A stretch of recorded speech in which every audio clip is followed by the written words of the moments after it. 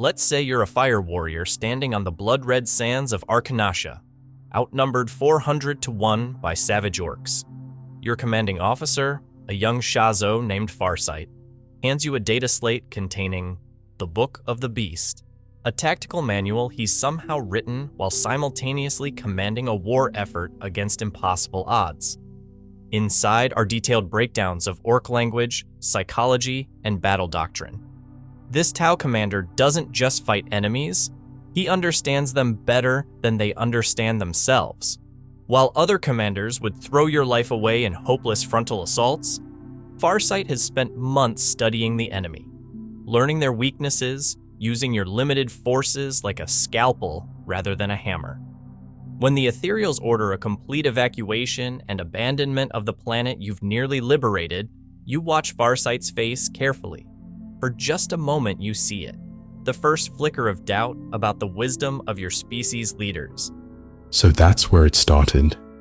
His break with the Ethereals began all the way back then. Not exactly. The seeds were planted on Arkanasha, but they wouldn't sprout for years. Farsight's story begins on Viorla, a sept world known for its hot-blooded warriors. Born Shasla Viorla Shova Kai's Montir, he was a troublemaker from day one. That's his full name. No wonder everyone calls him Farsight. Right? Tau names are a mouthful. Anyway, this kid was so determined to join the Firecast that he literally broke into the Montir training academies multiple times. The instructors eventually gave up and let him in 3 years early just to stop the break-ins. Sounds like he was born to challenge authority. Exactly. Even as a cadet, he was nicknamed Sho, meaning inner light, because of his fierce independence. Despite being younger than everyone else, he scored perfect marks in combat simulations. His photographic memory and analytical mind made him a tactical prodigy. So the Ethereals must have loved having such a talented warrior, right? Initially, yes. Commander Puritide himself, the greatest Tau military mind of his generation, took Farsight as a student alongside Shadow Sun and Okai's. But his former instructors made sure he was always assigned to the most dangerous frontline positions. Either they wanted to humble him, or they knew that's where his talents would shine brightest. And that's how he ended up on Arkanasha. Precisely. By then, he'd earned his crisis battle suit and command rank. Arkanasha was his first true test as a commander, and nobody expected him to succeed. The Arkanasha campaign changed everything. Facing those impossible odds, Farsight did something no Tau commander had done before. He completely immersed himself in understanding the enemy. He learned their language, deciphered their crude writing, and predicted their behavior patterns. That's why they started calling him Shova, the far-sighted one. Exactly. His officers gave him that name because he could see patterns others missed. But his greatest insight on Arkanasha was realizing that conventional Tau tactics wouldn't work against orcs. The Tau philosophy of warfare avoided close combat at all costs, but Farsight recognized that sometimes you need to adapt. So he went against Tau doctrine. That's pretty rebellious. It was pragmatic. When he discovered that orcs reproduce through spores, meaning killing them actually increased their numbers over time, he completely reversed his approach. Instead of hit-and-run tactics, he ordered direct engagements with coordinated firepower followed by close combat if necessary. And the Ethereals didn't like that?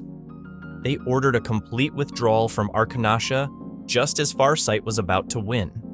He obeyed, but something changed in him that day. He'd seen a tactical reality the Ethereals refused to acknowledge. Sometimes you have to fight on the enemy's terms to win. Farsight's next big test came during the Damocles Crusade, when the Imperium of Man discovered the Tau Empire and decided to crush it. A classic Imperium move. Right? Farsight was paired with his old classmate Shadow Sun to defend Dalith Sept. He swore there would be no retreat, only victory or death. Pretty dramatic, but that was Farsight. During this conflict, He nearly died fighting Space Marines, including Cato Sicarius. The Cato Sicarius? The one who talks about himself in the third person. The very same. That experience left Farsight with a burning hatred for Space Marines, but also a grudging respect. He saw how they fought up close and personal, something the Tau avoided, and it reinforced his belief that Tau tactics needed to evolve. So he was already questioning Tau military doctrine, but not the ethereals themselves. Exactly. The real break was still to come. After the Damocles Crusade, the ethereals gave Farsight a massive fleet to reclaim lost Tau worlds. It was meant to be a morale-boosting victory parade. But let me guess, he went off script? Bingo! After reclaiming several worlds, Farsight encountered a massive orc fleet led by war boss Grog Iron Teeth. Instead of completing his assigned mission, he decided to pursue this new orc threat beyond Tau space. He just ignored orders from the ethereals. First time in Tau history anyone had done that. He chased the orcs across multiple star systems, demonstrating incredible tactical creativity. On Tenekla, he created a massive firestorm by igniting propellant gases with his plasma rifle. On the ocean world Salash Hay, he triggered a tsunami that wiped out the orc fleet. Sounds like he was having the time of his life. Until Arthas Moloch. That's where everything changed. On this desolate world, Farsight's forces encountered something the Tau had no context for: chaos demons. Crimson entities emerged from a portal at something called the Great Star Days. And the Tau had no idea what chaos was, right? None whatsoever.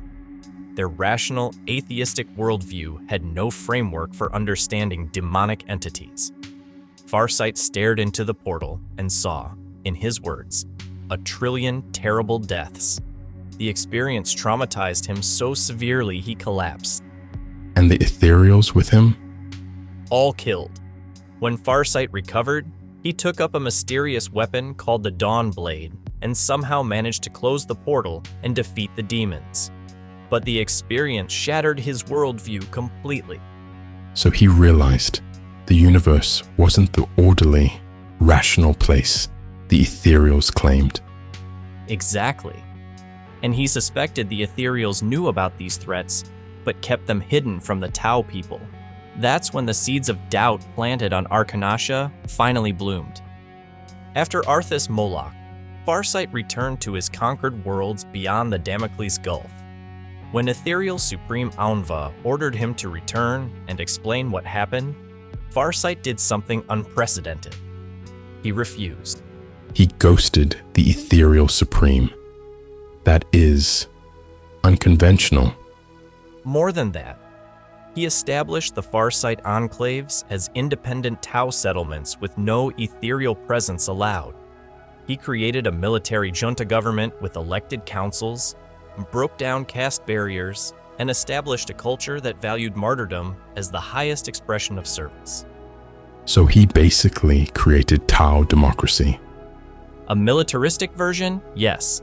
And he did it while wielding the Dawn Blade, which is rumored to extend his life by transferring the remaining years of those he kills to himself.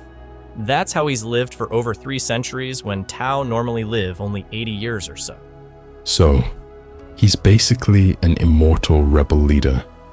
That's remarkably impressive. His greatest test came when Tyranids invaded Viorlos. The Swarm Lord itself nearly killed him, and he was captured by a loyalist infiltrator and dragged before Aunva for trial. After centuries of independence, he finally had to face the ethereals. Exactly. They twisted his entire life story, distorting his victories into crimes, trying to break him so completely he'd take his own life. But even then, Farsight refused to bend. He survived an honor duel against Aunva's elite bodyguards, thanks to a like-minded ethereal, Aunshi, and returned to Viorlos to face the Tyranid threat. How do you even fight something like a hive fleet? With sacrifice, Farsight and the Eight bought time for the Earth-caste scientist Ovisa to develop a nanobot biological weapon. 3 Earth-caste scientists gave their lives to deliver it into the heart of the Hive Fleet, turning the tide of battle. Today, Farsight continues to lead the Enclaves, fighting threats from all sides: Tyranids, Chaos, the Imperium, and even assassination attempts from the Tau Empire.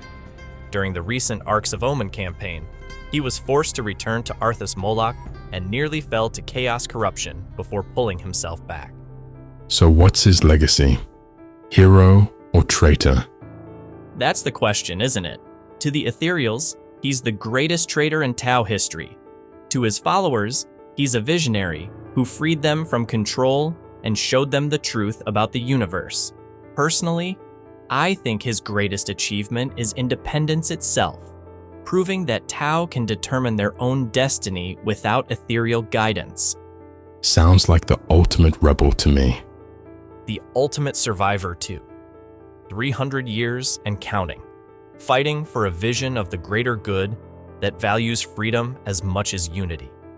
In a galaxy full of tyrants and monsters, maybe that's the most revolutionary idea of all.